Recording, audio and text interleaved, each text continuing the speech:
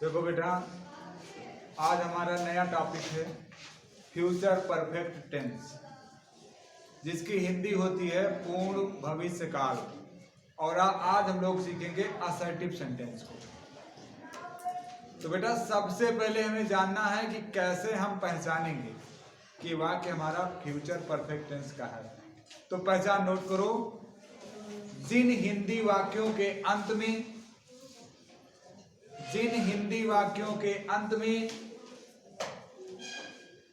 चुका होगा, चुकी होगी, चुके होंगे,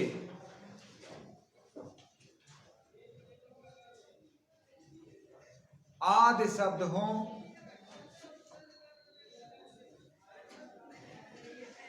जिन हिंदी वाक्यों के अंत में चुका होगा, चुकी होगी, चुके होंगे, आदि शब्द हों, तो वह वाक्य फ्यूचर परफेक्ट टेंस के होते हैं।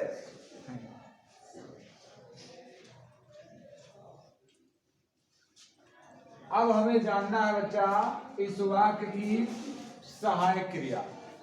तो इस वाक्य की HB है हेल्पिंग वर्ब।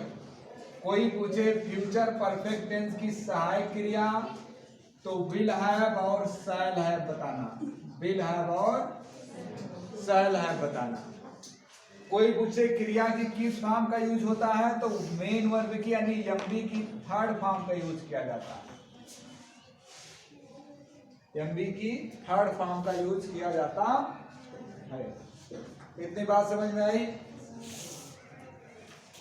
अब बेटा, इसमें पास्ट परफेक्ट टेंस की भांति इसमें भी डबल कार्य दिए होते हैं।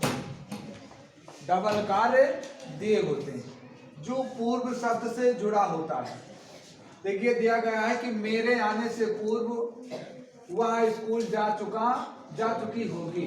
अब जरा देखिए कि एक कार्य आपका पूर्व से जुड़ा हुआ दाहिनी तरफ है और दूसरा बाईं तरफ है। तो जैसा हम लोगों ने पास्ट परफेक्ट टेंस में किया था कि पूर्व शब्द के दाहिने तरफ के कार्य को सबसे पहले हम लोग लिखते हैं किस टेंस में? फ्यूचर परफेक्ट टेंस में। किस टेंस में? फ्यूचर परफेक्ट टेंस में। फ्यूचर परफेक्ट टेंस में सबसे पहले लिखेंगे।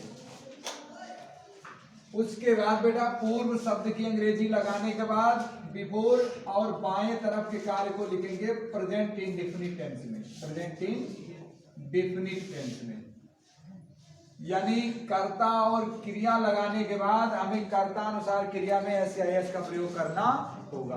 तो आइए स्ट्रक्चर के माध्यम से इसे और अच्छे से समझते हैं। तो सबसे पहले बेटा पूर्व शब्द के दाहिने तरफ के सब्जेक्ट को लिखते हैं, यानी आप कह सकते हो कि आप हम क्या लिखेंगे? Right subject. ध्यान दें बेटा, पूर्व शब्द के दाहिने तरफ के कार्य को सबसे पहले फ्यूचर परफेक्ट टेंस में करेंगे। तो राइट सब्जेक्ट लिखेंगे दाएं तरफ के कर्ता को। उसके बाद बेटा will have, will, shall have में से कोई एक सहायक क्रिया लगाएंगे। विल शैल में से कोई एक सहायक क्रिया, उसके बाद लिखेंगे हैव। और हैव लगाने के बाद हमें क्रिया की थर्ड फॉर्म का प्रयोग करना है।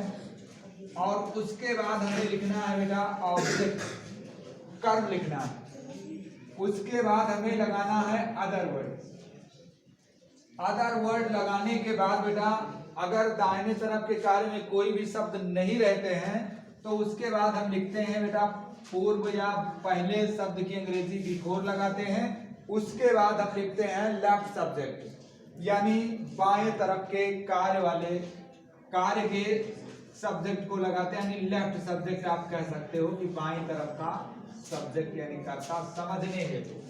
उसके बाद बेटा आप जानते हो कि प्रेजेंट इंडेफिनिट टेंस में क्रिया की फर्स्ट फॉर्म का यूज किया जाता है और उसमें कर्ता अनुसार एस या ईएस का भी प्रयोग किया जाता है। तो क्रिया की फर्स्ट फॉर्म प्लस एस या ईएस लगा करके लिखते हैं।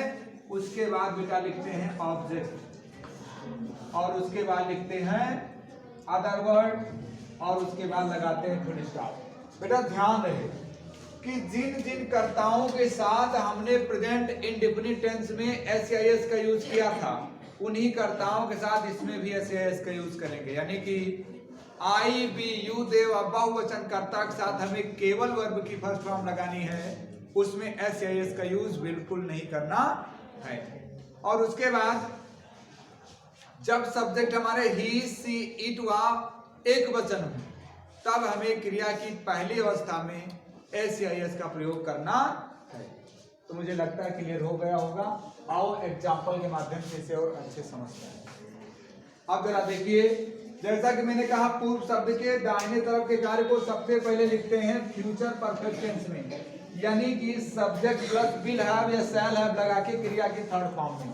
तो देखिए लिखा है वह स्कूल जा चुकी होगी, लड़की है, लगाएंगे सी विल, आई और बी के साथ बेटा शैल हैव लगाना है, बाकी सबके साथ विल हैव लगाना है।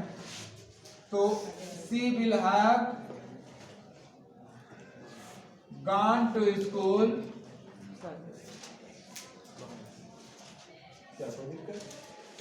एक minute, she will have gone to school.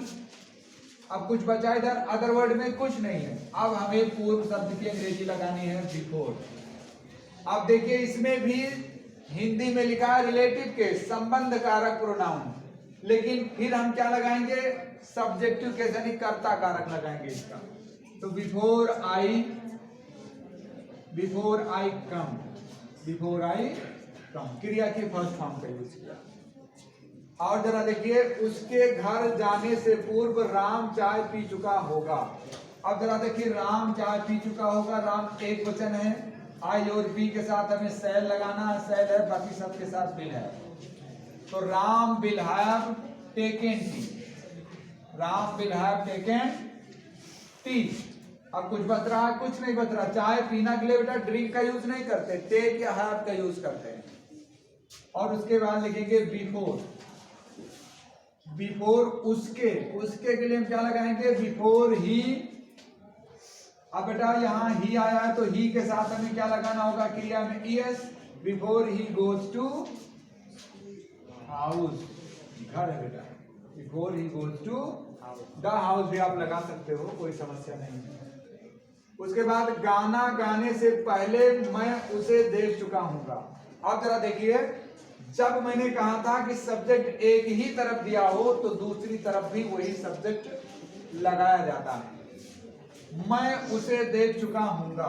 अब बेटा आई है और आई के साथ आपको क्या लगाना है, आई शैल है, आई के साथ शैल है लगाएंगे।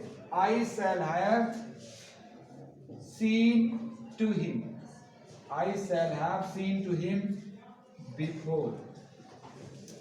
अब बेटा इधर गाना गाने से पहले कोई सब्जेक्ट नहीं है, यही सब्जेक्ट इधर भी हम लिखेंगे, before I Singh a song. क्या इसमें एस का यूज होगा, नहीं यूज होगा, क्योंकि सब्जेक्ट हमारा आई है और आई भी यूज है, बहुवचन के साथ हमें क्रिया की पहली अवस्था का प्रयोग करना होगा, before I Singh a song.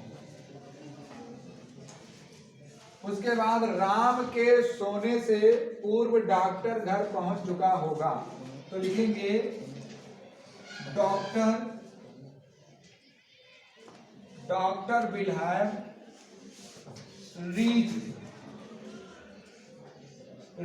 The house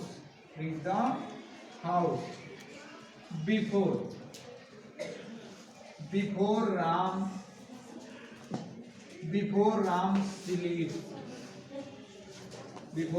sleep, जिसमें लगाएंगे क्योंकि राम हमारा एक वचन सब्जेक्ट है। अब जरा देखिए लास्ट सेंटेंस है आज का, चिड़िया के उड़ने से पूर्व शिकारी वहां आ चुका होगा। अब शिकारी के लिए क्या लगाएंगे, द हंटर